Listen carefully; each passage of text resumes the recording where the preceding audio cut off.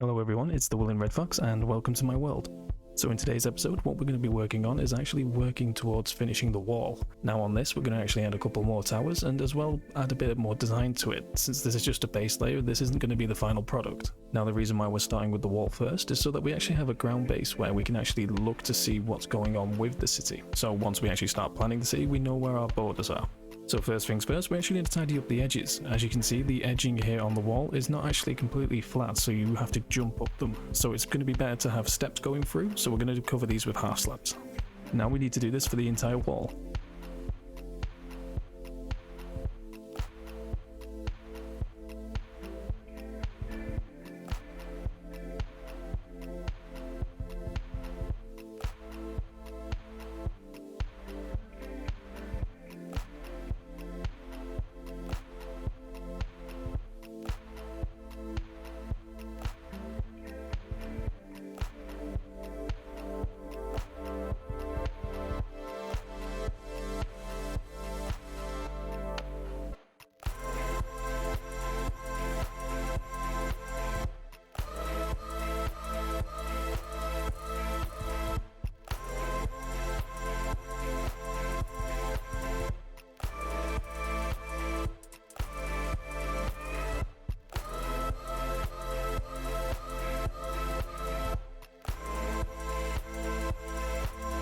With that done, now we just need to add in the arches. The reason why we're adding these first is simply so that we know where the towers are going to be placed. Now these arches were actually designed using the wall texture that we've used previously, but turned it into an archway by just simply making a circle and cutting it in half. With these all in place, we can then actually work out on the towers and actually start working on towards the detailing once they're all in place. Now that's all done, we just need to get the towers in place. Now I've designed these in a similar way and we've just simply used the actual wall textures, but we've actually extended them a little bit longer just so that they sit a little bit taller than the actual wall.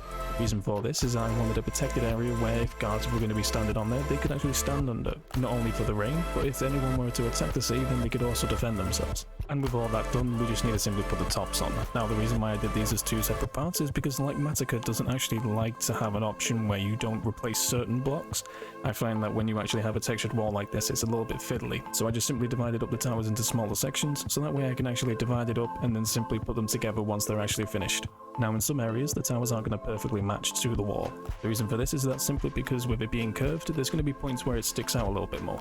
Now we can simply fix this by infilling the wall with extra wall pieces, as well as matching the terrain to the tower itself. Now there's many ways you could do this. In this case, we're actually putting a platform underneath it, so it looks like someone's actually thought about it rather than just having it on a cliff. On other occasions, you can actually just match the terrain to the tower, or simply the tower to the terrain. As you'll see in later parts of this video, you'll actually see that there's multiple different types of towers, even though there's actually just one design of them.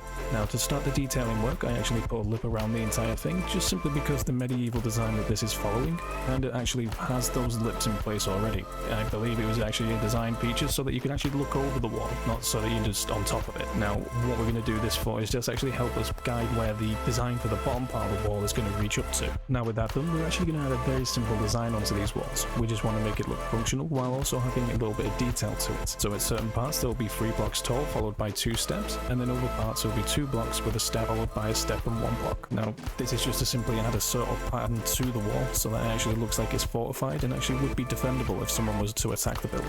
Now with all the detailing done, there's one last thing that's actually needed, and that is actually making sure that the wall blends to the terrain, and to help with this we can actually use bone meal to grow grass around the entire wall. This actually gives it the feel that it's actually part of the world, as well as giving it an additional look so that it doesn't look all flat and just simply covered in blocks. Now with that, we're actually finished the video for today, and I've actually been enjoying this whole process a lot, and it's great to see that everyone else is too. In the future, I do hope to actually have this all finished and actually have a city fully made out, but at the moment I want to start next episode with building the gatehouse that has been left out of this wall, as well as planning where the city pieces are going to go. I have a lot of plans to go with this city and I hope to get them all done pretty soon, but at the same time it may just take me a little longer, but I hope you guys continue to enjoy. Until then, I'll see you in the next video.